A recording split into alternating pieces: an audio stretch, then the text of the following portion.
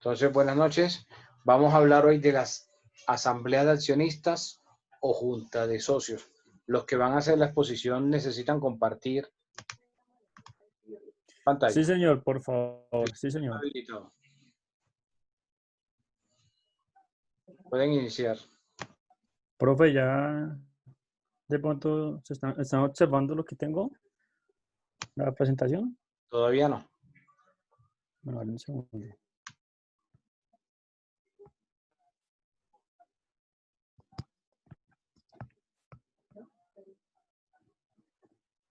Segundo, profe, ya comparto pantalla.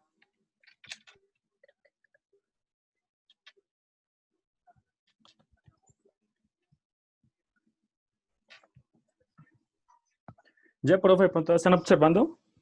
Sí, señor, ya vemos. Bueno, doctor, buenas noches. Buenas noches, compañeros. Mi nombre es Anderson Moreno y como se pueden dar cuenta, nos toca el tema sobre la asamblea de accionistas y junta de socios, ¿sí? A lo largo de la presentación, mis compañeros y yo iremos ahondando en el tema. Así que para dar inicio, entonces yo creo que nuestro compañero Juan Manuel, no sé si esté presente para iniciar con la presentación.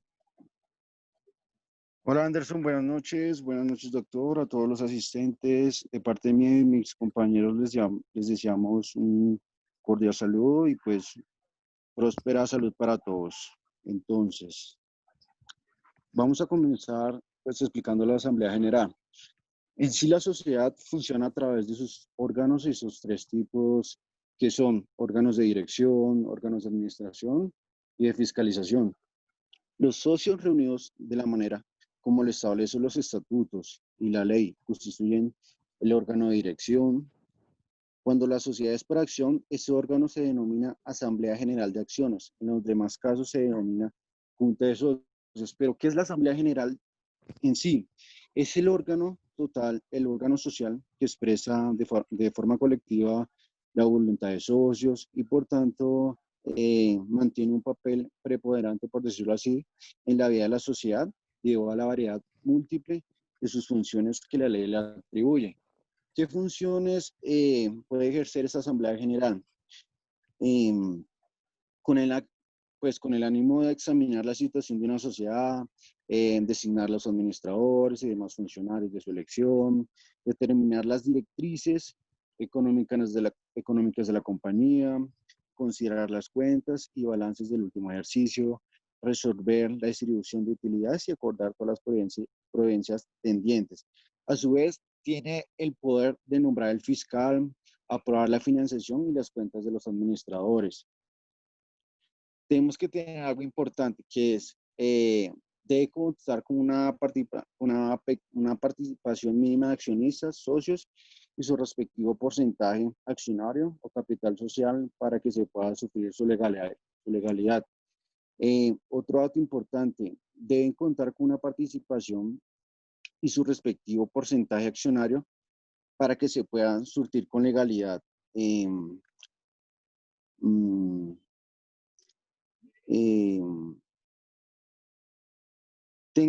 debemos de tener en cuenta que toda reunión, qué pena, doctor,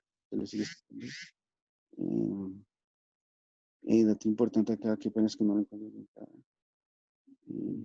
¿Sí me escucha? Doctor. Sí, sí lo estamos escuchando. Sí, señor, lo escucho.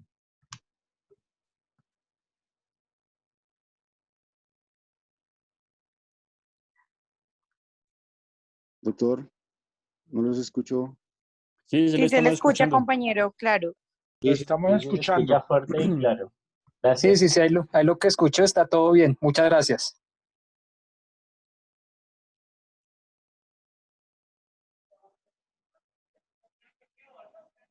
Qué pena, compañeros, es que tengo mala señal, qué pena con ustedes.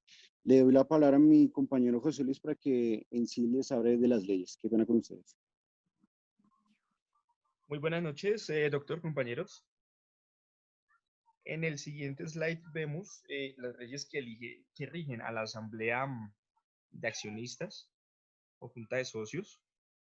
Dentro de estas leyes que la rigen, encontramos que el Código de Comercio contiene en sí los artículos bueno, que rigen la asamblea de accionistas y vemos, por ejemplo, el artículo 419, lo voy a leer textualmente como se encuentra en la norma.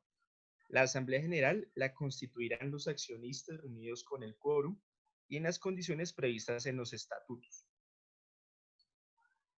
En el artículo 20, que es de las funciones de la Asamblea General de Accionistas, encontramos 7 funciones importantes, que son, la primera, disponer qué reservas deben hacerse además de las legales. Por ejemplo, si por asamblea se escoge o se dispone más bien realizar una reserva para un tema de contingencia, para un tema de inversión adicional, futura, es decir, establecer montos o dineros especiales para alguna función, para alguna situación, para alguna disposición especial. Eso se elige por medio de la asamblea de accionistas. Segundo, fijar el monto del dividendo, así como la forma y plazos en que se pagará. Como es una junta de accionistas, una asamblea de accionistas, los accionistas están pendientes de recibir sus dividendos, ¿no? Pues acaban o no acaban, sino realizan una inversión de un dinero para, pues, efectivamente tener una utilidad de esa inversión. Entonces, en la asamblea de accionistas, en esta función, fijar el monto del dividendo, forma y plazo, simplemente lo que se hace es acordar entre los accionistas cómo van a recibir esas utilidades, en cuánto tiempo, cuál es el monto o porcentaje de acuerdo a las utilidades. Y bueno, eso pues se, se le da forma y se le da pues consistencia en la asamblea de accionistas. La tercera función de la asamblea, ordenar las acciones que correspondan contra los administradores, funcionarios, directivos o el revisor fiscal. Entonces, esta función es más como disciplinaria por parte de la asamblea por algún tipo pues de situación que se pueda dar contra estos funcionarios de la sociedad. Puede ser por algún tipo de mal manejo, alguna acción pues que no debía realizar.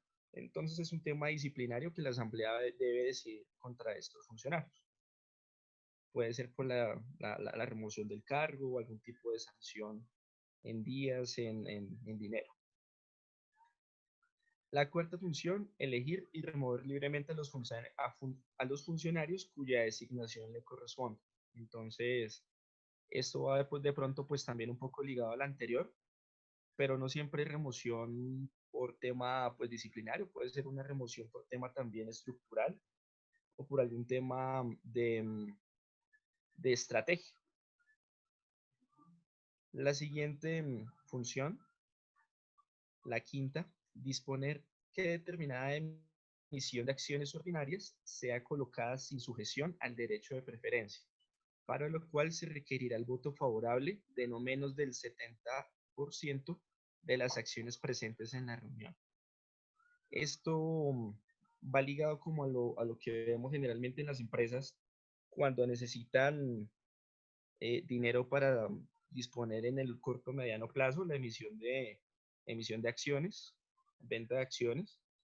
Entonces, esta medida o esta actividad pues también se aprueba por medio de la asamblea de accionistas.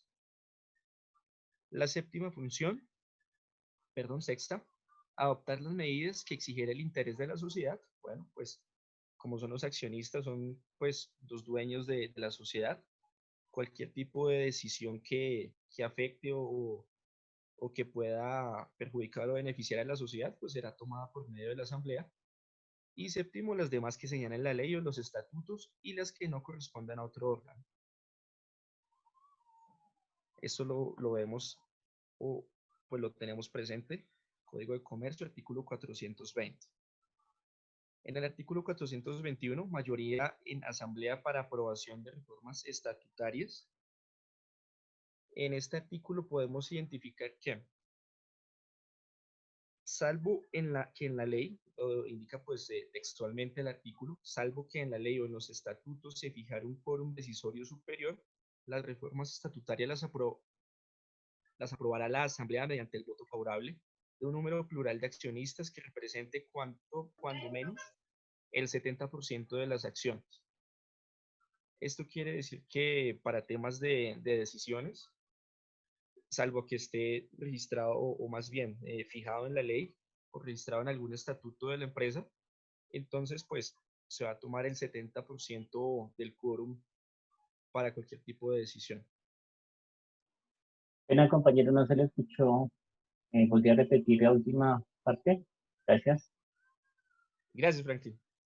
Que salvo que en la ley esté fijado algún porcentaje de quórum para tomar una decisión o en algún estatuto de la empresa, se va a tomar como porcentaje mínimo el 70%. ¿Eso qué quiere decir? Por ejemplo, si en la ley para alguna decisión se indica que el 85% del quórum debe ser de acuerdo, pues bien, si algún estatuto de la empresa indica que para alguna decisión debe estar de acuerdo el 60%, bien, ya es una decisión de la sociedad.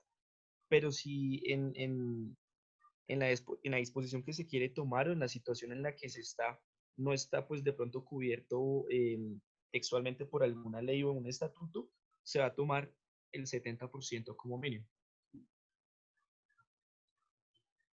En el siguiente artículo, que podemos ver en la próxima diapositiva, artículo 422, son las reuniones ordinarias de la Asamblea General.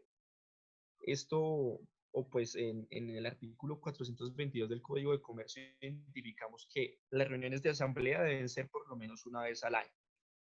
Esto, bueno, para temas de revisiones contables, balances, para poder examinar pues situaciones de estrategia, de inversión. Entonces la ley nos indica que por lo menos una vez al año se debe reunir la Asamblea General, digamos, de reuniones ordinarias. Si aquí nos indica la ley que si no se ha convocado la reunión, la Asamblea se reunirá por derecho propio el primer día hábil del mes de abril. ¿Eso qué quiere decir? Que si la sociedad por X o Y motivo no fija una fecha específica para la reunión ordinaria o la reunión, digamos, anual que maneje su empresa, si no se da una fecha, siempre va a ser el primer día hábil del mes de abril a las 10 de la mañana en las oficinas del domicilio principal donde funcione la administración de la sociedad. Entonces la ley ya nos da una fecha exacta y una hora precisa y también un sitio preciso para realizar esta reunión de asamblea, siempre y cuando no se haya fijado una fecha diferente. Artículo 423, que son las reuniones extraordinarias de la Asamblea General de Accionistas. Esas reuniones extraordinarias se fijan por situaciones que no han sido previstas o que son temas particulares que deben ser tomados, conocidos y decididos por la Asamblea General de Accionistas. Entonces, aquí nos indica textualmente el artículo 423. Las reuniones extraordinarias de la Asamblea se efectuarán cuando lo exijan las necesidades imprevistas o urgentes de la compañía, por convocación de la junta directiva, del representante legal o del revisor fiscal. Entonces acá nos indica que estas reuniones extraordinarias pueden ser convocadas tanto por la junta directiva de la empresa, como por el representante legal, como por el revisor fiscal. Es decir, hay tres cabezas en la sociedad, en la empresa, que pueden convocar estas reuniones extraordinarias, dependiendo pues cuál sea la situación, cuál sea pues la autoridad en la sociedad, la autoridad competente para tocar el tema. Acá nos indica que el superintendente podrá ordenar la convocatoria de la asamblea a reuniones extraordinarias en los siguientes casos. Es decir, de las tres cabezas de la compañía, aquí ya tenemos una externa que es el superintendente de sociedades. ¿Cuáles son los motivos o las causas por las cuales el superintendente puede convocar una asamblea extraordinaria? Cuando no se hubiera reunido, la primera, cuando no se hubiera reunido en las oportunidades señaladas por la ley o por los estatutos. Volvemos al artículo anterior. Si la asamblea no toma su reunión ordinaria en una fecha estipulada, no la fija, y tampoco se toma el primer día del mes de abril. Entonces el superintendente de sociedades notifica pues a la empresa y solicita una reunión extraordinaria. Lo segundo, cuando se hubieran cometido irregularidades graves en la administración que deban ser conocidas o subsanadas por la asamblea. Y tercero, por solicitud del número plural de accionistas determinado en los estatutos y a falta de esta fijación por el que represente no menos de la quinta parte de las acciones suscritas. Como lo habíamos visto anterior o en ese mismo artículo, pero en el primer inciso, la asamblea extraordinaria la cita la junta directiva, el representante legal o el revisor fiscal de la empresa. Pero si hay algún tema específico o alguna situación que amerite la reunión extraordinaria, la asamblea extraordinaria, y ninguna de esas cabezas se, se, se, se pronuncie sobre el tema, no cite ninguna asamblea extraordinaria, los accionistas en estas proporciones que nos indica el numeral tercero de este artículo, puede citar la asamblea extraordinaria. Es decir, tiene pues el aval de la ley para poderlo hacer.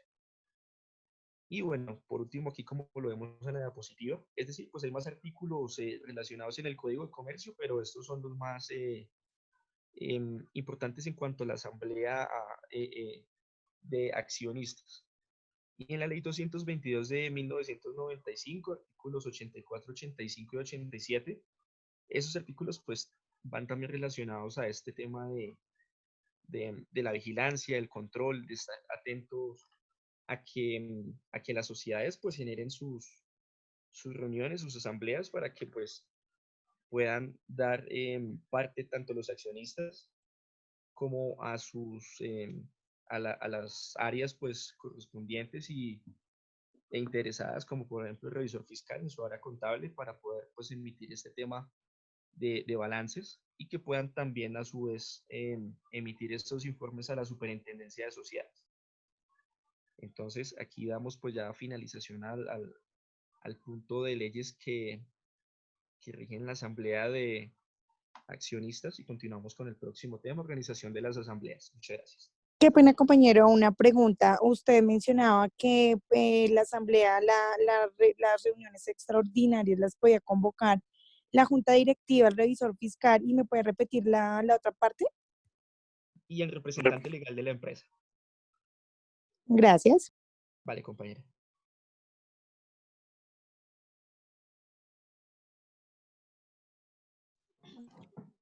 Buenas noches, compañeros. Entonces, vamos a hablar en este momento de la organización de las asambleas. Entonces, bueno, los socios de toda compañía se reunirán en la junta de socios o asamblea general ordinaria una vez al año, por lo menos en la época fijada en los estatutos. Y en silencio de esto, dentro de los 3 meses siguientes al vencimiento de cada ejercicio. También se reunirán de forma extraordinaria cuando sean convocados por los órganos o entidades competentes. Entonces, como nos hablaba nuestro compañero José Luis, manejamos, o bueno, la asamblea se maneja 2 tipos de reuniones, lo que se manejan las ordinarias y las reuniones extraordinarias. Las ordinarias, pues bueno, ya hablamos un poco de la ley, que se maneja con el artículo 422, que cuando no se fija, pues ya habíamos hablado de la fecha que es 1 de abril a las 10 de la mañana. Estas reuniones ordinarias de la asamblea se efectúan por lo menos una vez al año, como lo estábamos indicando, en las fechas señaladas en los estatutos, y en silencio de estos, dentro de los 3 siguientes meses del vencimiento de cada ejercicio, para examinar la situación de la sociedad, designar los administradores y demás funcionarios de su elección, determinar las directrices económicas. ¿Sí? Entonces, todo lo que hablábamos anteriormente con el artículo del código. En las reuniones extraordinarias, entonces, como su nombre lo dice, es cuando algo extraordinario ocurra, es decir, se efectúan cuando se exijan las necesidades imprevistas o urgentes de la compañía. Entonces, recordamos, esto lo podemos validar en el artículo 423, que pues ya nos explicaron como más a fondo de qué trataba. Cuando no se hubiese reunido las oportunidades señaladas por la ley o por los estatutos, cuando se hubiesen cometido también irregularidades graves en la administración que deban ser conocidas o subsanadas por la Asamblea y por solicitud del número plural de accionistas determinado en los estatutos, y a falta de esta fijación por el representante, no menos de la quinta parte de los accionistas suscritos, la orden de convocar la asamblea será cumplida por el revisor fiscal. Entonces, debemos como manejar la idea que en la organización de las asambleas manejamos los dos tipos de reuniones con, digamos que ya están determinadas con el código, ya fijadas, pues cuando no se realice como tal la ordinaria, ya tenemos también la fecha, la ley nos da una fecha y nos da una hora, y pues las extraordinarias que pues, como les indicaba, es cuando algún previsto ocurre, ¿de acuerdo? Entonces, seguimos con el siguiente tema, ya mi compañero ya.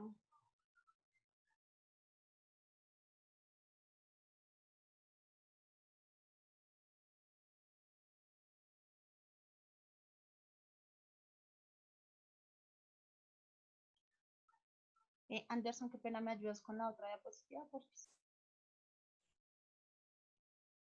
Con la convocatoria. Ya, entonces le doy. Hola, buenas noches.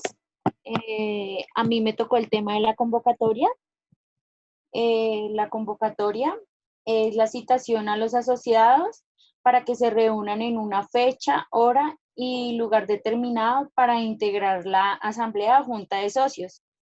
¿Quiénes pueden convocar? Pues en las reuniones extraordinarias, ya como lo venían ordinarias, disculpen, ya como lo venían comentando mis compañeros, en las reuniones ordinarias se sujeta a lo establecido en los estatutos, en los cuales, por regla general, le corresponde convocar al representante legal.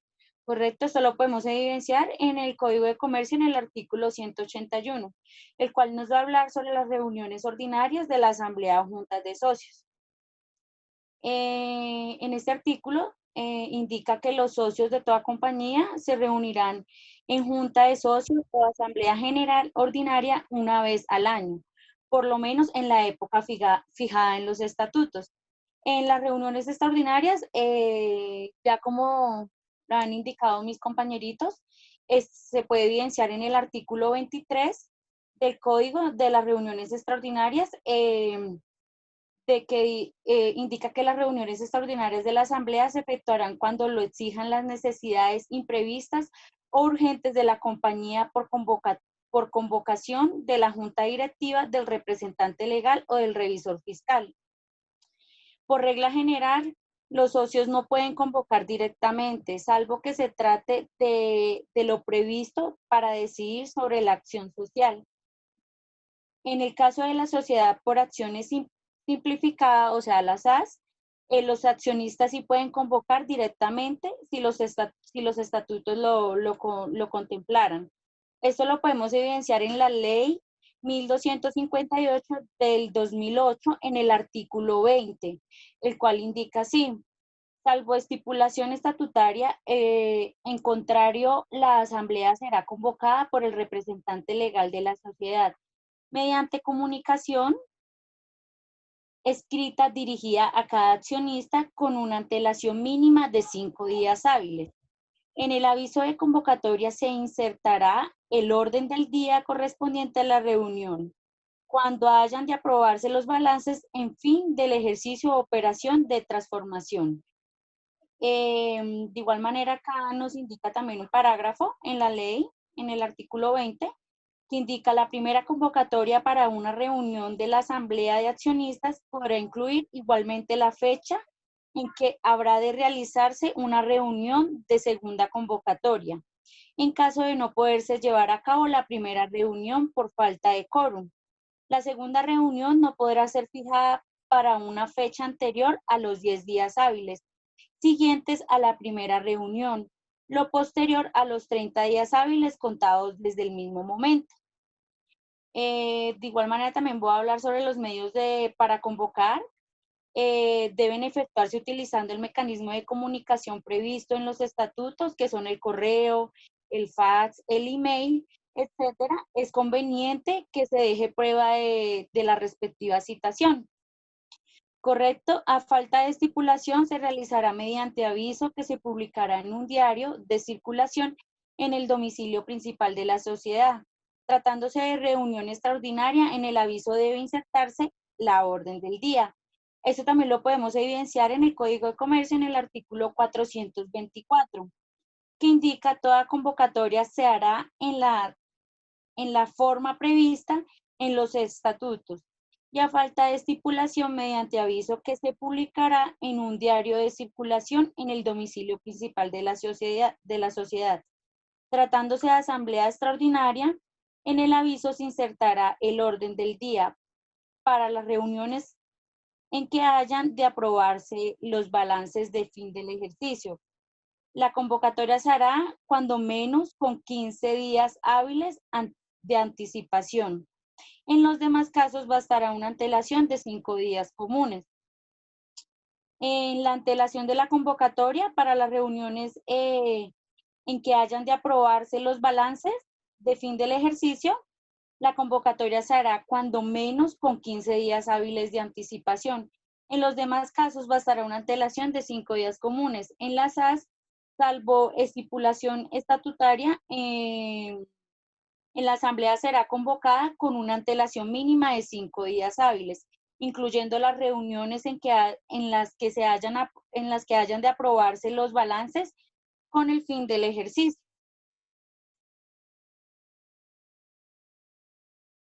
¿Terminaste, compañera? No, señor. Ok. De igual manera también, el contenido de la convocatoria debe llevar el nombre de la sociedad, nombre y clase del órgano que convoca, fecha de la reunión, hora de la reunión, la ciudad y la dirección completa que permite individualizar plenamente el lugar donde se llevará a cabo la reunión. De igual manera también va a llevar el orden del día cuando se trate de reuniones extraordinarias y si es el caso lo refiere a la fusión, de transformación o cancelación de inscripción del Registro Nacional de Valores de Bolsa. Ya eso lo podemos evidenciar en la Ley 222 de 1995 en el artículo 13, el cual indica de la publicidad, el proyecto de escisión, fusión o bases de transformación que deberán mantenerse a disposición de los socios en las oficinas, donde funcione la administración de la sociedad en el domicilio principal. De igual manera, cuando se trate también de aprobar balances, se sugiere indicar a los socios que tienen a su disposición todos los documentos para el ejercicio del derecho de inspección. Es decir, los socios tienen el derecho de inspeccionar libremente por sí mismos o por medios de sus representantes, o sea, los libros y papeles de la sociedad. En cualquier momento, en las sociedades colectivas, en comanditas y simples de responsabilidad limitada también lo pueden realizar. En sociedad anónima y en comandita por acciones dentro de los 15 días hábiles anteriores a las reuniones de asamblea general que se vayan a presentar los balances del fin del ejercicio.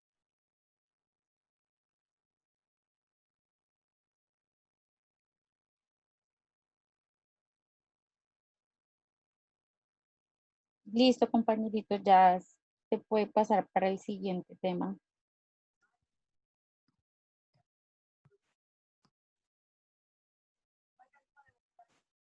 Buenas noches, compañeros. Pues dando como un poco de lo que ya tanto se ha mencionado anteriormente, hablando del quórum, ¿sí? Tenemos presente que el quórum es un número de individuos que se necesita para que un cuerpo deliberadamente o parlamentario trate ciertos asuntos y pueda tomar una determinación válida. Podemos decir que se trata de un concepto jurídico muy importante en el ámbito de la política. Este concepto tenemos que decir que se rigió en el Reino Unido. En concreto surgió a partir de un tribunal que existía antiguamente y que se va a llamar juez quórum. La singularidad de este órgano era que tenía establecido que para una decisión se considera válida, se hace evitar la presencia de uno de sus miembros. También es posible que el quórum se exija para el tratamiento de una determinación cuestión. En este caso, la sesión no podrá comenzar hasta que haya un mínimo de asistentes o que sea impredecible para tomar un acuerdo. Se requiere de una mayoría válida, hablando así como de las votaciones. El quórum puede alcanzarse en diversas formas. Podemos decir que por la mayoría simple o mayoría ordinaria. Para aprobar una determinación, decisión, más votos a favor o en contra, también podemos decir que la mayoría absoluta es aquella que se consigue con más de la mitad de los votos de los integrantes que componen la sesión. Por ejemplo, en una asamblea con 20 miembros, la mayoría absoluta se obtiene con 11 votos. En el caso de un cuerpo parlamentario con 10 integrantes, podemos decir que con la de 10 integrantes, la mayoría absoluta llega con la mayoría de 6 votos. Podríamos decir que... Perdón, eso no es así. No es el número de individuos. Ahí estás en Sí. No es por las personas, es por el porcentaje del capital que representan. No es por las personas, así que eso ahí está mal, está errado. Si vas a contestar así en el foro, la respuesta está equivocada. Es por el porcentaje. Es el porcentaje mínimo de votos. Pero por el capital, Cierto. no por las personas, porque tú estás escribiendo ahí el número de individuos. Individuos no, porque... Ah, ok, y ahí me estoy refiriendo a las personas. Pero no son las Y personas. no es de las personas. Sí, ok. Voy a poner un ejemplo. Voy a suspender la presentación y voy a poner un ejemplo. ¿Ok? Ahorita sigue la presentación. Sí, señor. Porque esta parte es importante que quede claro porque esto es fundamental. Voy a poner un ejemplo. José Luis Álvarez, Eliana Tobar, Edilberto Torres, Carlos Zambrano y Andrés Fernando. ¿Andrés Fernando qué? Que no le veo el apellido. Digamos que ellos 5 hacen parte de una sociedad. ¿Sí? Digamos que ellos 5 hacen parte de una sociedad. Que José Luis tiene el 20%, Eliana tiene el 20%, Edilberto el 20%, Carlos Zambrano el 20% y Andrés Fernando el 20%. Si sumamos el 20% de cada uno o multiplicamos 20 por 5 nos va a dar 100, es decir, el 100% del capital, cualquiera que sea la sociedad. La regla es la misma para todas las sociedades. Entonces, para que haya quórum, necesitamos que esté la mitad más 1 del capital. No que de las 5 que haya 3 personas que serían más de la mitad, no. La mitad más 1, no es ni siquiera el 51, mitad más 1, porque puede ser 50.1, ¿sí? Entonces, voy a cambiar los porcentajes para que quede de pronto más claro.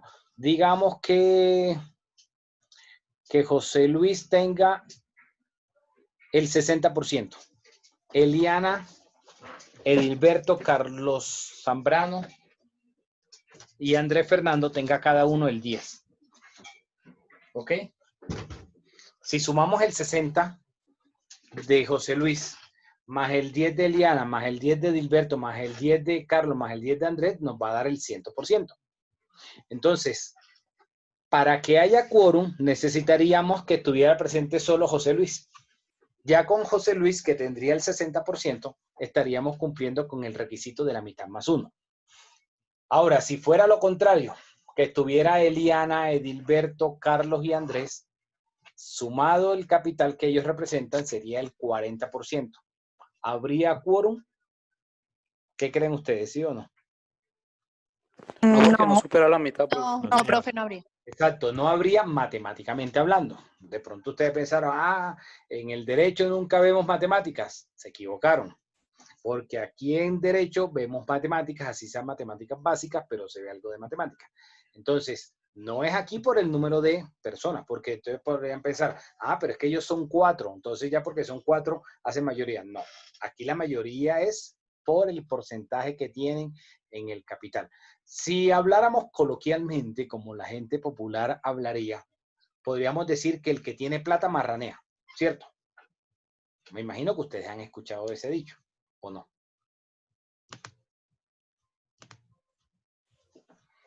Entonces, si aquí, en ese ejemplo, José Luis tiene el 60% va a tener la mayoría simple.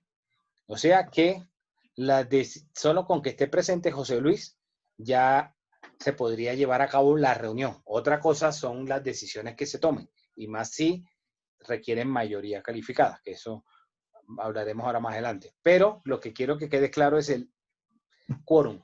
Dime, Alejandra. Profe, no entiendo cómo entonces sería la mitad más uno de ese cobro. La mitad, ¿cuánto sería la mitad del 100%? 50% más 1. ¿Cuánto sería la mitad del 100%, Alejandra? El 50% más uno, lo que hizo el compañero, pero digamos en ese capital, digamos si el compañero tiene el 70%, Pero no eso es, no es, de ahí para arriba. No se puede sesionar con menos de eso. O sea, si está el 50% presente, digamos que si solo hubieran 2 socios, José Luis y Eliana, y cada uno tiene el 50%. Se encuentra José Luis presente, pero Eliana no está. José Luis solo no hace mayoría. No se puede, no se Porque puede. tiene el 50%, ¿sí? Si está Eliana sola, tampoco podría porque tendría el 50%. ¿Ok? bueno, profe, gracias. Tranquila que si no... Alejandra, si no te quedó claro, yo vuelvo a explicar. ¿Sí quedó claro? Pues de pronto otro ejemplo, profe, gracias. Aquí en la mitad más uno es, como lo menciono con la frase, que sea un poquito más de la mitad. En las sociedades no siempre van a tener números enteros la representación del capital. No sé si, Alejandra, si tú vives en propiedad horizontal. No, profe, no, profe. ¿Nunca vivió en propiedad horizontal? Sí, en un momento sí lo hice, pero en este momento no. Cuando viviste en propiedad horizontal, ¿participaste de pronto en alguna asamblea, en alguna reunión de las que hacen? No, profe, no, señor. Bueno, porque allá aplican estas mismas reglas en la propiedad horizontal. Entonces, pueda que un socio tenga el 25% o que tenga el 26% o el 27%, otro que tenga otra cifra. Y al final, independientemente del número de personas que sea, lo que interesa es que sumado todo lo que representan esas personas que hacen parte de la sociedad, sumado del 100%, independientemente de cómo se distribuyan ellos. ¿Cómo se va a determinar eso? Eso se va a determinar por el valor que le dan a las acciones o cuotas sociales o parte de interés al momento de constituir la sociedad. ¿Y quién le da ese valor? Se lo dan los socios. Los socios son los que van a decir, bueno, nuestras acciones o nuestras cuotas sociales o nuestras partes de interés van a costar 1,000 pesos, van a costar 533 pesos, van a costar 52,000 pesos, ¿sí? Ellos son los que van a decir cuánto va a ser el valor. Entonces, lo que interesa es que matemáticamente, al sumar lo que representan ellos, la totalidad del 100% de la forma como ellos dijeron que estaba conformado el capital. ¿Ok? Entonces, cuando hablamos de la mitad más uno es que supere ese 50%. Es diferente al 51%. Porque es que pueda que sumado los que estén presentes con la representación que tengan y que estén presentes en la reunión, que no estén todos, sumen el 50.6. 50.6, no llegan al 51, pero hay más de la mitad, tienes más del 50% del capital. Ahí ya habría quórum deliberatorio, o sea, para celebrar la reunión. No sé si te quedó más claro de esa forma. Sí, profe, me quedó más claro. Muchas gracias. Ok, dime, John Álvaro. Profesor, una pregunta. En el momento de tomar una decisión, de adoptar una decisión, ¿se tiene en cuenta también el porcentaje del capital o el número de personas que conforman el quórum? ¿Cómo? Al momento de tomar una decisión, ¿se tiene en cuenta el porcentaje de capital o el número de personas que conforman el quórum?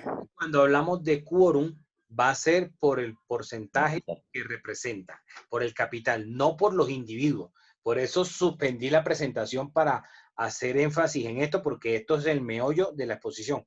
Si no queda claro, no van a entender el resto de lo que viene. ¿Sí? No, profe, sí está claro. La pregunta es que si una persona puede tomar una decisión si tiene... Nunca va a ser por persona. O sea, si son 5 personas y de las 5 están 3, independientemente de lo que representen, no. Es por el porcentaje que representan ellos. Por eso dije un dicho hace un momento. Suena ordinario, suena tosco, pero es cierto. El que tiene plata pone las condiciones. Entonces, entre más plata tenga una persona en el capital de una sociedad, pues más va a hacer valer su voto al momento de celebrar una reunión. Más importancia va a tener en el momento de la reunión. Primero, para llevar a cabo la reunión y segundo, para tomar decisiones. Entonces va a ser por la plata, por el capital, no por las personas que estén. ¿Ok? No sé si te quedó claro hasta ahí, John Álvaro. Listo, profe. Sí, señor. Por el porcentaje del capital. ¿Alguna otra pregunta?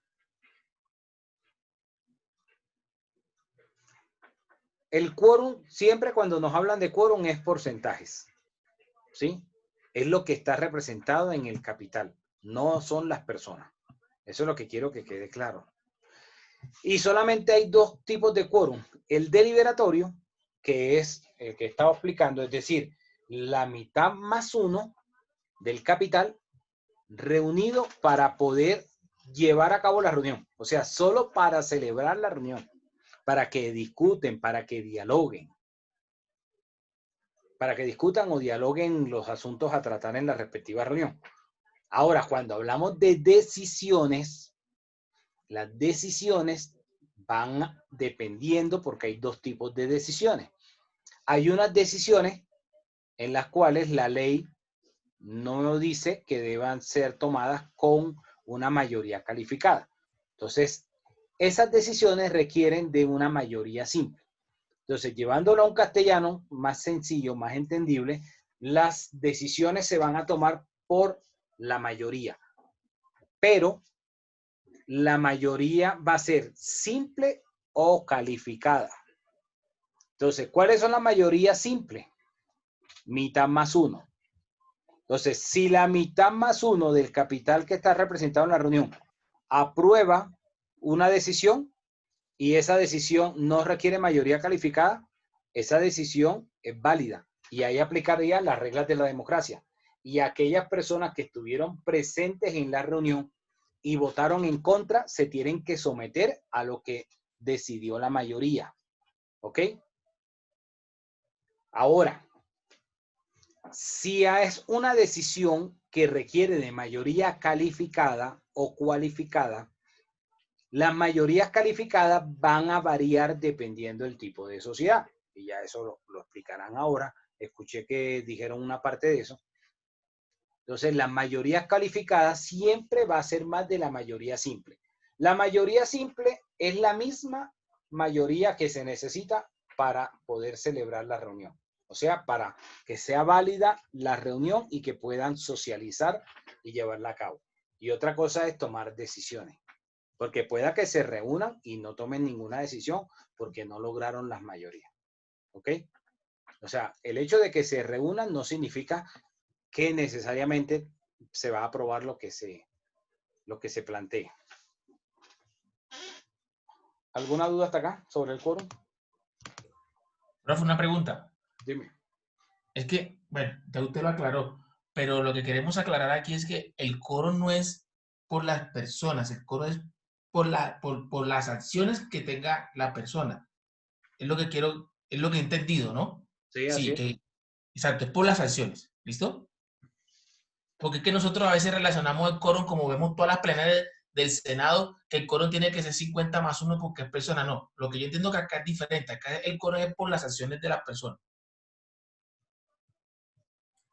Profe, yo le quería hacer otra pregunta, con el debido respeto. Pues no sé si sea lugar al tema, pero pues yo lo veo como relacionado. Si una empresa nace a la vida jurídica con cierto determinado de acciones y esta al transcurso del tiempo se capitalizó, pero quieren ampliar o hacer más acciones, ¿eso está contemplado? ¿Se puede?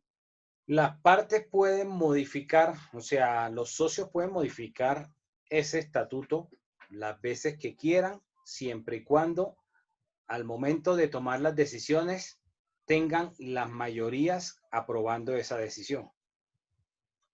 No significa que no se pueda modificar el documento inicial. El documento inicial es susceptible de cambios, pero aplican esas reglas de que sea aprobada en votación dentro de las asambleas o juntas de socios por la mayoría, dependiendo del tipo de decisión, si es una mayoría simple o si es una mayoría calificada. Voy de pronto a poner unos ejemplos de cuáles son mayorías calificadas para que puedan de pronto entender que lo que no es calificado sería mayoría simple. Cuando se habla de aprobar el reparto de utilidades, una cosa es que la sociedad arrojó utilidades, por ejemplo, en el 2019, arrojó utilidades la sociedad. Una cosa es que haya dado utilidades y otra cosa es que los socios tomen la decisión en la reunión del 2020, en la asamblea, de aprobar la entrega o el reparto de esas utilidades entre los socios. El hecho de que haya dado utilidades no significa que haya la obligación de repartirlas. Para poder repartirlas, debe ser aprobado en la asamblea. Y esto es una decisión que requiere mayorías calificadas. Entonces, si fuera por ejemplo, una sociedad del tipo limitada, la sociedad limitada necesita el 100% para la aprobación de una mayoría calificada. Una limitada. Una sociedad anónima requiere el 78% del capital. Entonces, si fuera una sociedad anónima, el 78%. Si fuera una SAS, a la SAS se le aplica la regla de la anónima, sería el 78%. ¿Ok? Las calificadas. ¿Qué tipo de decisiones no requieren mayoría calificada? Por ejemplo, la designación del representante legal. El representante legal renuncia en plena asamblea y dice que se va, que deja tirado el cargo, que quiere que lo reemplace. Entonces, ahí deben elegir el reemplazo, deben elegir otra persona que haga las funciones de representante legal.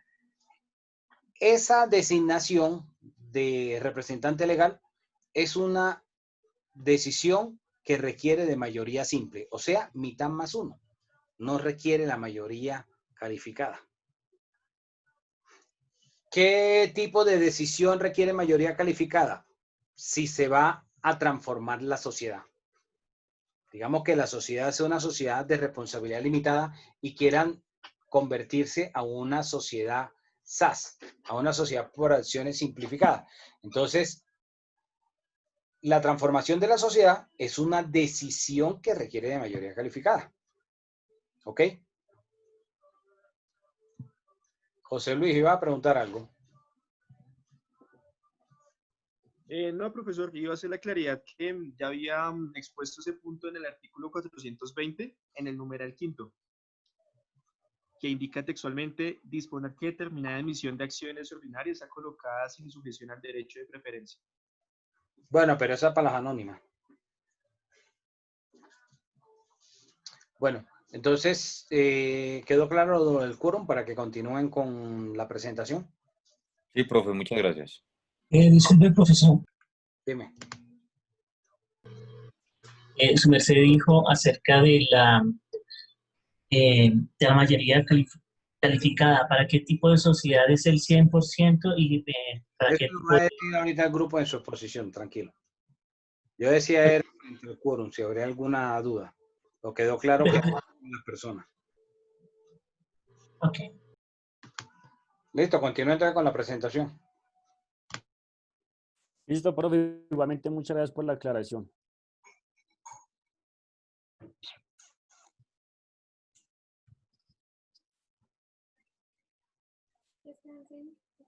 Bueno, André. Bueno, pues ya como el profesor de pronto nos aclaró un poquito el tema, yo estaba confundido porque yo estaba pensando que era entre la cantidad, mitad de las personas, como acá lo estoy diciendo, los miembros, de los individuos.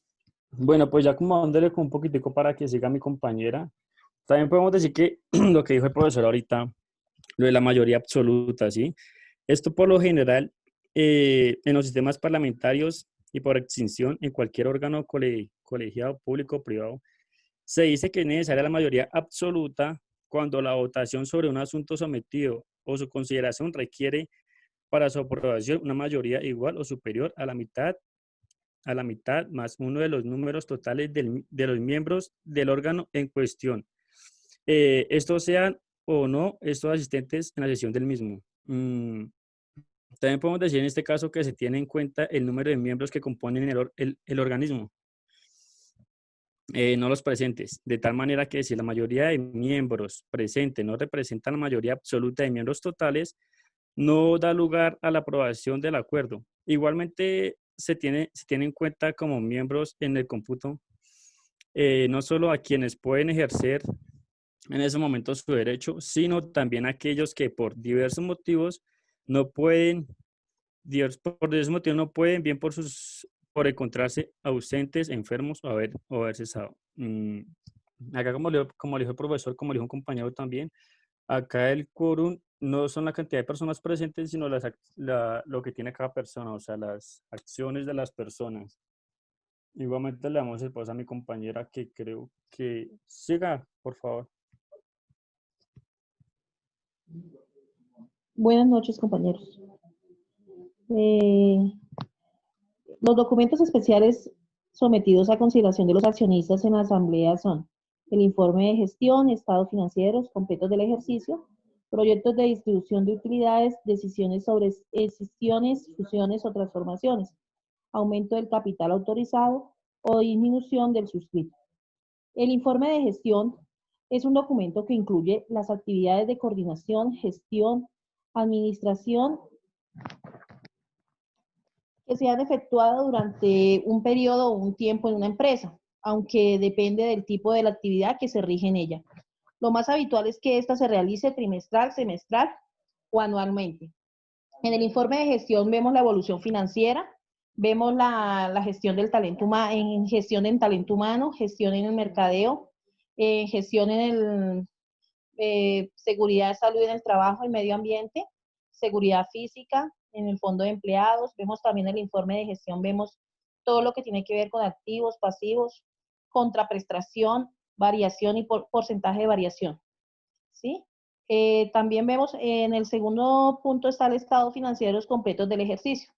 Estos estados financieros son presentados por la contadora, revisora fiscal y el gerente. También vemos en este documento que debe preparar la empresa, normalmente es anualmente, ¿no? Anualmente que se prepara para determinar el ejercicio contable con el fin de conocer los resultados financieros de la actividad comercial y resultados económicos obtenidos. En esta, también vemos en la tercer punto, permítame un momentico, el proyecto de distribución de utilidades. Usualmente se limita a establecer las utilidades y su distribución una vez deducida la suma colectada. Para el pago del impuesto sobre la renta, cada alternativa presenta montos y distribuciones diferentes para el ingreso grabado y no grabado, ¿sí? Vemos también en las decisiones sobre las escisiones, fusiones o transformaciones.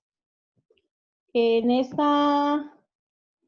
este documento, que debe ser aprobado por los accionistas, vemos que para poder realizar las transformaciones en una sociedad, deben estar aprobados por ellos. ¿Qué es la transformación? Es una reforma estatutaria en la cual la sociedad cambia de tipo societario, modificando el tipo de organización jurídica de la entidad. Por ejemplo, cuando la sociedad de responsabilidad limitada por decisión de la Junta de Socios, decide modificar su organización jurídica a entidad bajo el tipo de sociedad anónima. ¿Sí? También vemos en la fusión, que la fusión es una reforma estatutaria también, en la cual una o más sociedades se disuelven, sin liquidarse para ser absorbidas por otra o crear una nueva. De esta manera, traspasan sus activos, sus pasivos, derechos y obligaciones a otras sociedades existentes, sociedades absorbentes o a la nueva sociedad. En el artículo 172 del Código de Comercio está todo como se debe de hacer. También tenemos lo que es la incisión, que también es una reforma estatutaria por medio de la cual una sociedad escindente traspasa parte de sus activos o pasivos en bloque a una o a varias sociedades ya constituidas, que se constituyen llamadas beneficiarias. Esto lo encontramos en el artículo 3 de la Ley 222 de 1995. También vemos que uno de los documentos que deben de ir es el aumento del capital autorizado o disminución del suscrito. ¿Sí? Vemos, permítanme, disminución.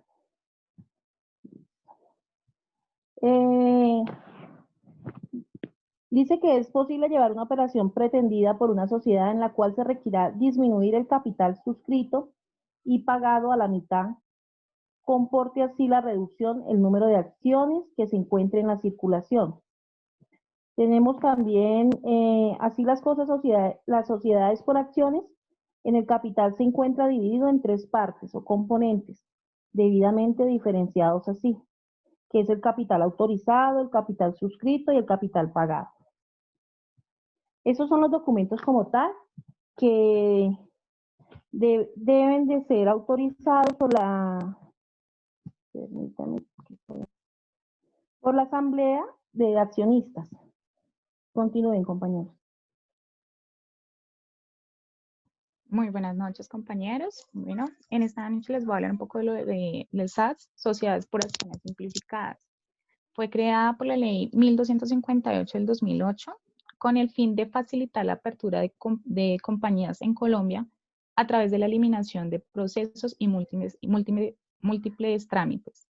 La Sociedad de Acciones Simplificadas es una sociedad de capitales que siempre tendrá naturaleza comercial, sin importar las actividades que se prevén en sujeto social. Busca estimular el emprendimiento debido a las facilidades y flexibilidades que ofrece tanto a nivel de su constitución como de su funcionamiento. También es el accionista único de una sociedad por acciones simplificada tiene la obligación de celebrar una asamblea general de accionistas como mínimo una vez al año y dejar constancia de las determinaciones que tome en las actas debidamente asentadas en el libro correspondiente de la sociedad. También puede constituirse con un solo accionista. Sin embargo, esto no está para que por dicha circunstancia el accionista único pueda escapar de las obligaciones que le asisten cuando se trata de atender los asuntos de la Asamblea General de Accionistas, que debe realizarse por lo menos una vez al año.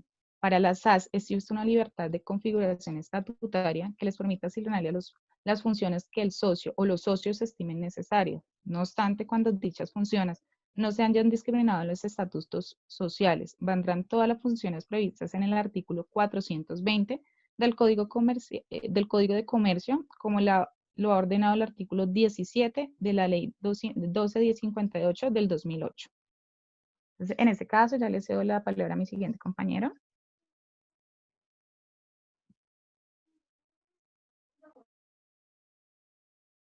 Buenas noches. ¿Me escuchan? Suena con eco, compañero.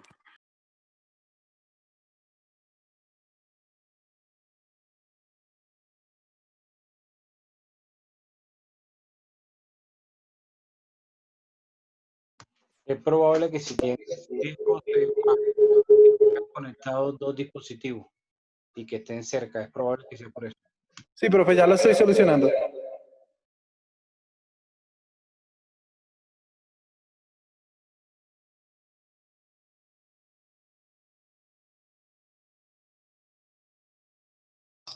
No sé si ahora me escuchan mejor.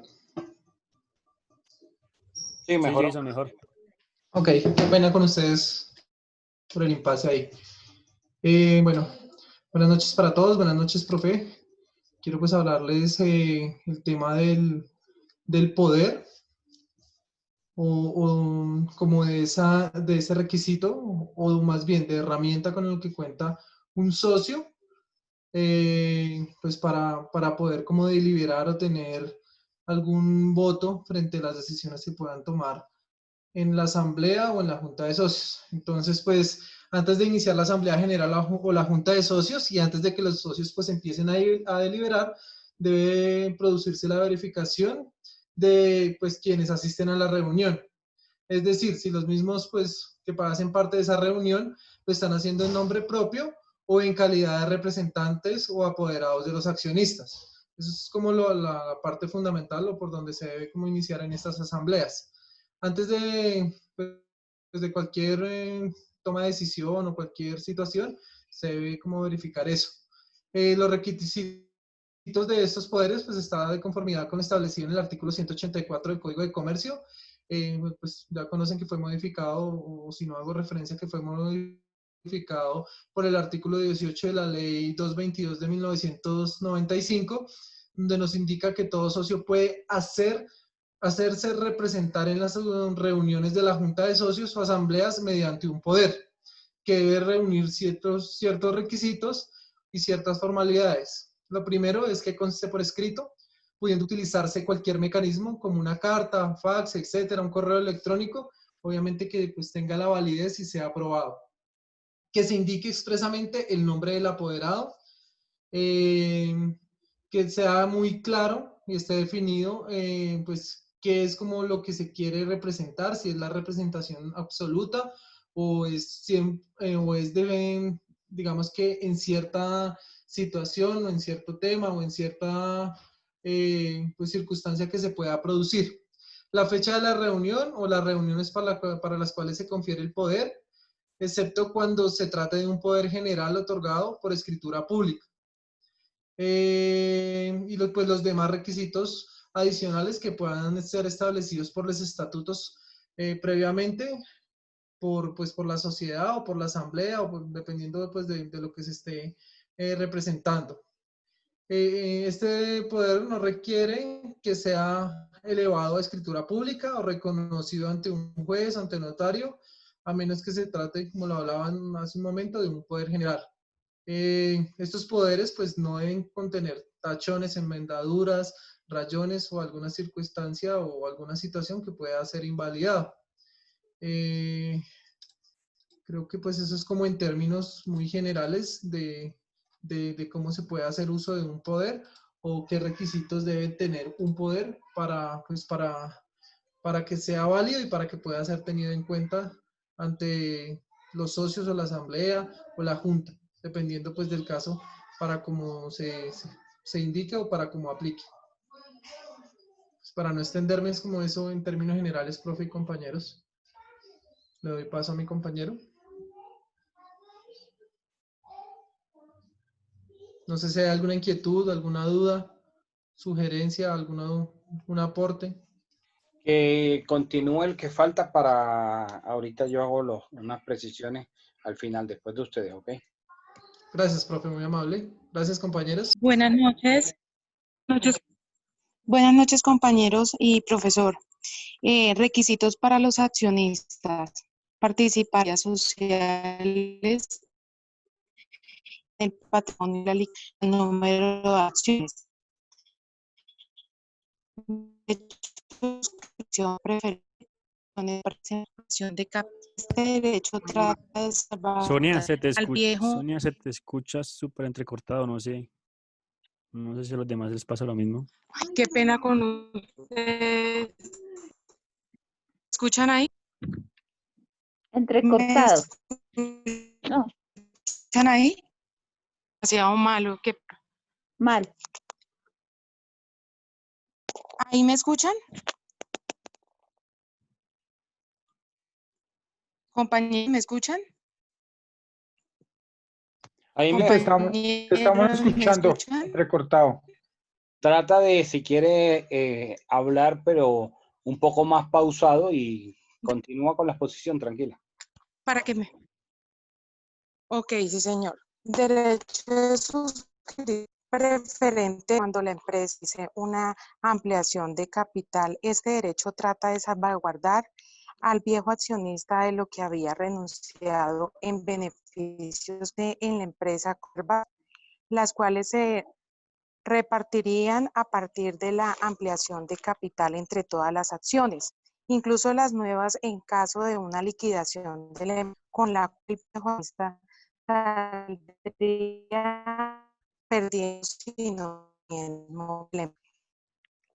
ningún caso un derecho de suscripción por tía de capital en el caso de no hacer uso de dicho derecho, el viejo a reserva en la propiedad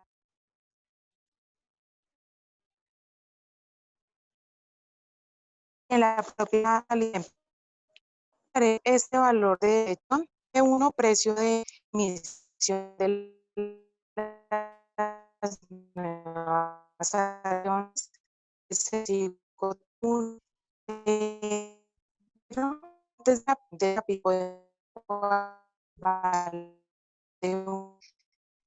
una pero hay número de las viajaciones a es igual a valor total de las acciones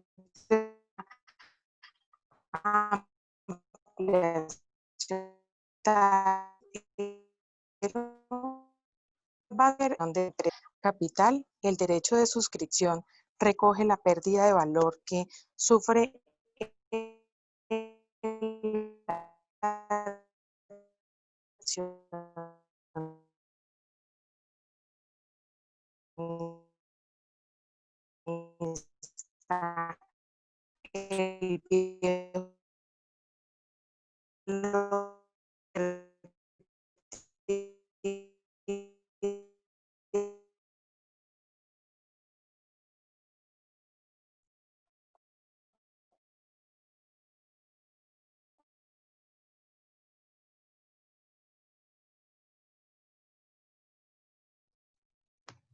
¿Listo? ¿Ahí terminaron o falta algo más?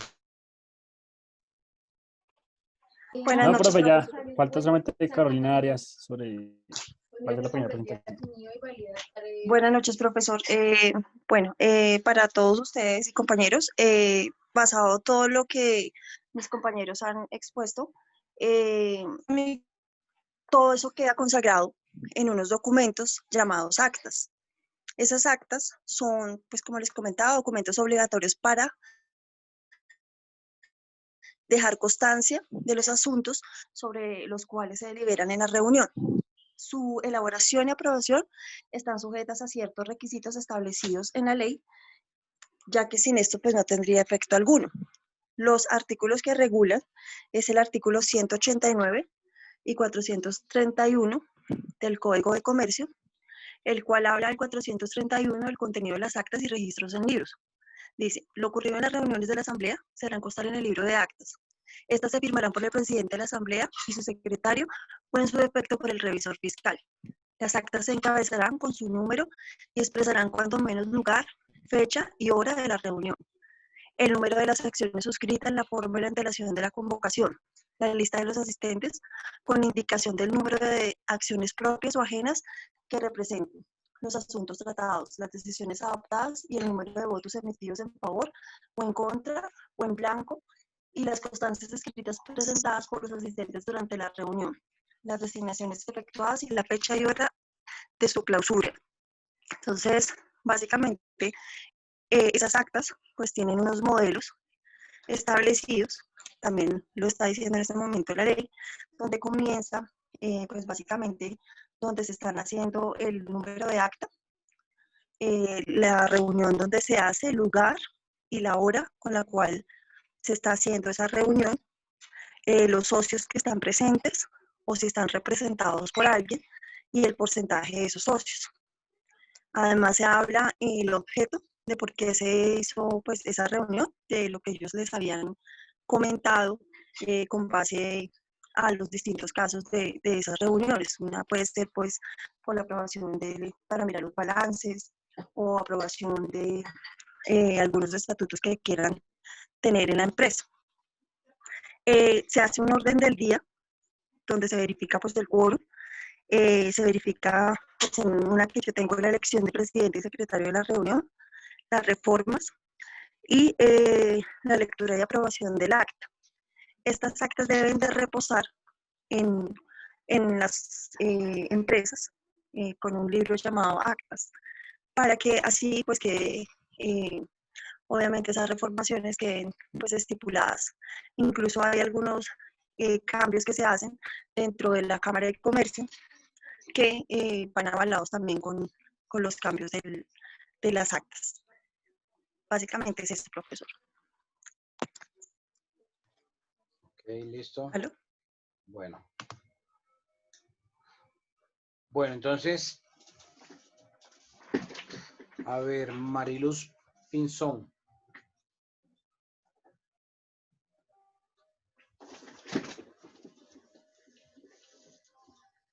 Edilberto. Aquí estoy presente, profe. Desde siempre me llama. ¿Qué tipo de reuniones existen en las sociedades? Cuando hablo de sociedades, aplica para todas. Son las mismas reuniones, no va a variar de un tipo a sociedad a otro. Todas son iguales.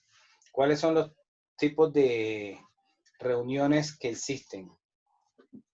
Bueno, generalmente en las reuniones se trabaja reuniones de carácter, reuniones ordinarias y reunión general de accionistas. No, es la misma. ¿Es la misma? Sí. Bueno, entonces la reunión habitual es la Junta General de Socios y Va a cambiar dependiendo del tipo. Asamblea para las sociedades de capital, encomendita por acción, anónima y SAS, y vamos de junta cuando es la colectiva, la encomendita simple o la limitada. Pero es el mismo órgano, ¿sí? Lo que va a cambiar es dependiendo de eso. Pero es el mismo. A ver, Ali. Yo tengo la sociedad de sociedad colectiva, comandita, anónima, por acciones simplificadas y por responsabilidad limitada. Listo, sigue Ali, la misma pregunta. ¿Pero no estoy mal? Respondí. Las asambleas ordinarias y extraordinarias para todas las sociedades. ¿Cuál va a ser la diferencia? La diferencia de las ordinarias que debe hacerse una anual. ¿Ya? Si esta no se realiza mal como están los compañeros. ¿En qué momento del año, compa? ¿Qué momento? ¿En qué momento del año? El 12 de abril creo que escuché a los compañeros. 12 de abril. Si no se hace durante, dicen, por eso como dijeron ellos. No. Al año debe hacerse una asamblea ordinaria. ¿Ok? Si no se realiza esa asamblea al año, la superintendencia dice que el 12 de abril pues se realizará. Voy a aclarar eso. Esa es la parte que tengo ahí como duda. Y las extraordinarias como lo dice. ¿Sí? Voy a aclararlo porque veo que las dudas las van a tener todos. Las asambleas o juntas se clasifican en ordinarias y extraordinarias. Cuando hablamos de que una reunión de asamblea o de junta de socios va a ser ordinaria, la que obliga la ley que debe hacerse dentro de los primeros 3 meses del año, o sea, a más tardar el 31 de marzo de cada año. En esa asamblea o junta, el único que puede convocar es el administrador de la sociedad, o sea, el representante legal. Nadie más puede convocar para esa reunión ordinaria. Si al administrador se le olvidó o no se le dio la gana de convocarla, entonces la norma habla de que la sociedad puede reunirse por derecho propio. Y la reunión por derecho propio se va a celebrar el primer día hábil del mes de abril. Ojo, no, la norma no dice el 1 de abril, dice el primer día hábil. Si es un sábado o un domingo el 1 de abril, entonces tocaría esperar hasta el lunes 3, ¿ok? Entonces, el primer día hábil del mes de abril a las 10 de la mañana en el domicilio principal de la sociedad. Entonces, llegó el 31 de marzo y el administrador no se le dio la gana de convocar a la reunión por las razones que hayan sido. Todos los socios deben aparecerse el primer día hábil del mes de abril a las 10 de la mañana en el domicilio principal de la sociedad para celebrar la reunión ordinaria por derecho propio. ¿Ok? Esa es otra modalidad de reunión. Para todas las sociedades aplican estas mismas reglas. Puede suceder otra situación. El administrador convoca para la reunión el 28, 29 de marzo, 30 de marzo, el día que llama, que convoca. Entonces, la convocatoria no es más que la citación, ¿sí? Diciéndole a los socios, tal día vamos a tener la reunión a tal hora, la reunión ordinaria conforme la ley y los estatutos. Ok, no es necesario que diga el orden del día ni que diga los asuntos a tratar, porque se habla de aquí de la reunión ordinaria. Entonces, ¿qué se habla en una reunión ordinaria? En una reunión ordinaria, el administrador de la sociedad presenta el informe de la gestión realizada en el año anterior con corte al 31 de diciembre. Presenta los balances contables y va a mostrar la situación financiera de la sociedad. Va a demostrar si le fue bien, si tuvieron utilidades o si por el contrario no le fue bien, tuvieron pérdidas y cuánto fueron las pérdidas y bueno, y si hay que hacer ajustes y todo eso. Para eso es la reunión ordinaria. ¿Ok? En esa reunión se aprueba o se imprueba ese informe presentado por el administrador.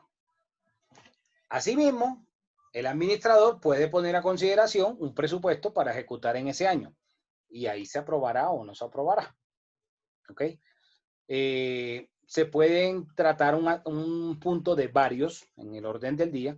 Normalmente el orden del día llevaría la siguiente relación. Digamos, en el primer punto sería verificación del quórum.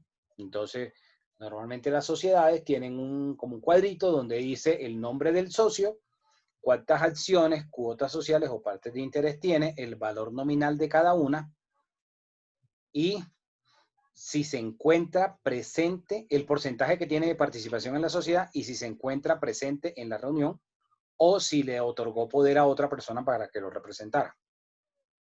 En ese cuadrito se va a determinar cuánto hay de quórum, cuánto está el porcentaje del capital reunido entre las personas que están en calidad de asistente. Después de que se verifica el quórum, se elige presidente y secretario de esa reunión. No es para toda la vida, es solamente para esa reunión. ¿Cuál es la diferencia? El presidente va a certificar que se llevó a cabo la reunión, ¿ok? Y que se cumplió con el orden del día. Y el secretario va a dar constancia de todo lo que se trató en dicha reunión y al final esa acta que se levanta va firmada por presidente y secretario de esa reunión.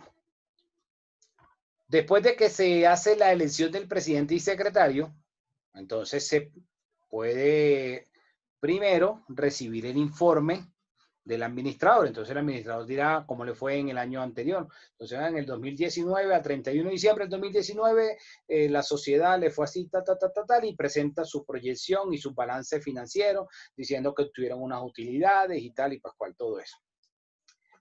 Una vez se recibe, entonces se somete a votación ese informe, a ver si se aprueba o no se aprueba el informe presentado por el administrador. Lo mismo ocurre en la propiedad horizontal. Es decir, para quienes viven en propiedad horizontal, lo que estoy diciendo les suena familiar, porque es exactamente igual. Después de que se aprobó, entonces podría, si el administrador renuncia, entonces sería necesario ahí elegir el reemplazo, porque la sociedad no puede quedar acéfala, no puede quedar sin representante. Entonces, tiene que tener el administrador, en caso tal, se somete a votación y esa es una decisión que requiere mayoría simple, o sea, la mitad más uno. Después de que se aprobó, ese informe puede darse un punto de varios y pueden tratar cualquier otro tema de lo que quieran. Y listo, lectura y aprobación del acta. Leyeron, todas la aprobaron y se acabó la reunión. ¿Ok? En esa reunión puede suceder algo. Puede suceder que al momento de hacer una votación hayan socios disidentes o que hayan socios ausentes.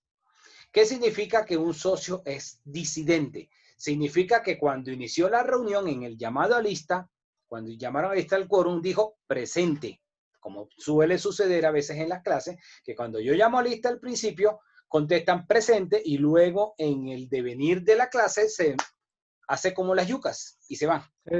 Se presentan. En el momento que se somete la decisión a votación, ese socio no está presente.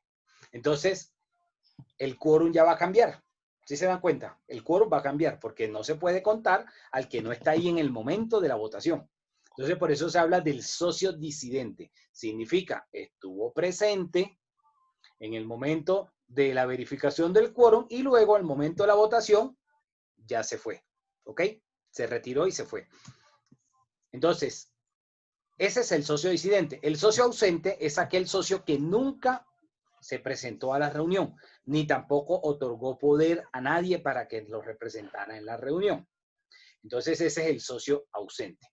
Las decisiones que se toman en la asamblea con los protocolos que ordenan la norma, el Código de Comercio, y con lo que establecen los estatutos de la sociedad, obligan a todos los socios, incluidos los disidentes y los ausentes. No es que, yo no estuve presente en el momento de la votación, entonces yo no estoy de acuerdo y voy ante el juez. No, señor. Usted fue vencido en Francalí. Usted podía estar ahí presente o usted podía haber otorgado un poder y votar en contra. Pero si no estuvo en el momento, esa decisión usted debe acatarla, así no la comparta. Entonces, eso puede ocurrir en la reunión. En el evento de que se convoque la reunión, se hace la verificación del quórum y no llegamos a la mitad más uno del quórum, entonces no se puede llevar a cabo la reunión y se programa ahí mismo, se convoca una segunda fecha. Esa se llama entonces la reunión de segunda convocatoria. Esa reunión de segunda convocatoria debe ser después de 10 días y antes de 30 días de la fecha en la cual se debía haber llevado a cabo la reunión. Entonces, ¿qué dice la norma? En la reunión de segunda convocatoria, los socios van a deliberar, o sea, van a llevar a cabo la reunión con el porcentaje que haya. No importa si tampoco hubo la mitad más uno y hubo el 40%, con el 40% llevan a cabo la reunión. Otra cosa es que puedan tomar decisiones, eso es diferente. ¿Ok? Entonces vamos por reuniones ordinarias, reuniones por derecho propio, reuniones de segunda convocatoria. Otro tipo de reuniones son las reuniones no presenciales, que son las que están de moda hoy, como es esta sesión que estamos haciendo por Zoom. Y es cuando no están todos los socios presentes en el recinto del domicilio de la sociedad. Entonces hay algunos que están conectados. El código habla de un sistema de comunicación que sea sucesivo y simultáneo, que pueda quedar el registro de la grabación. Si lo llevamos hoy, al 2020, pues podríamos hablar de que pueden usar Skype, pueden usar Zoom, Microsoft Teams, Hangout, cualquier tipo de dispositivo que ustedes, o de software que ustedes quieran usar para llevar a cabo la reunión. Esas son las reuniones no presenciales. ¿Cuál es la exigencia de la norma? Debe quedar grabada la reunión para que sea válido lo que ahí se acordó. ¿Ok? Esas son las reuniones no presenciales. Las reuniones, por regla general, siempre deben llevarse a cabo dentro del domicilio de la sociedad. ¿Sí? Pero resulta que hay una excepción y es cuando se encuentran fuera del domicilio, todos los socios, está representado el 100% del capital y llevan a cabo una reunión. Esa se llama reunión universal. Por ejemplo, la sociedad conformada por Diana Rojas, Paola Suárez, Franklin Meneses, Eliana Tovar y Edilberto Torres, digamos que tiene su domicilio aquí en Bogotá. Y ellos 5 se encontraron de casualidad, por esas casualidades de la vida, en San Andrés Islas. Entonces, allá los 5 se encontraron y celebraron una reunión. Esa reunión fue fuera del domicilio de la sociedad. Pero como estaban representados el 100% del capital, estaban todos los socios, esa reunión es válida y se llama reunión universal. Entonces, son 2 aspectos básicos para la reunión universal. 1, que esté el 100% del capital, es decir, todos los socios. Y 2, no necesita convocatoria. ¿Ok? O sea, se encontraron por casualidad, sin que hubiera convocatoria previa, y como estaban todos, celebraron la reunión. Pero para el resto de reuniones sí se necesita la convocatoria. Y las otras reuniones son las reuniones extraordinarias. Las reuniones extraordinarias son aquellas que se celebran o se llevan a cabo cuando surge alguna circunstancia en particular que deba ser, digamos, resuelta de manera urgente. Entonces la norma habla de que si no establecen nada, debe mediar una convocatoria mínima con 5 días de anticipación a la reunión.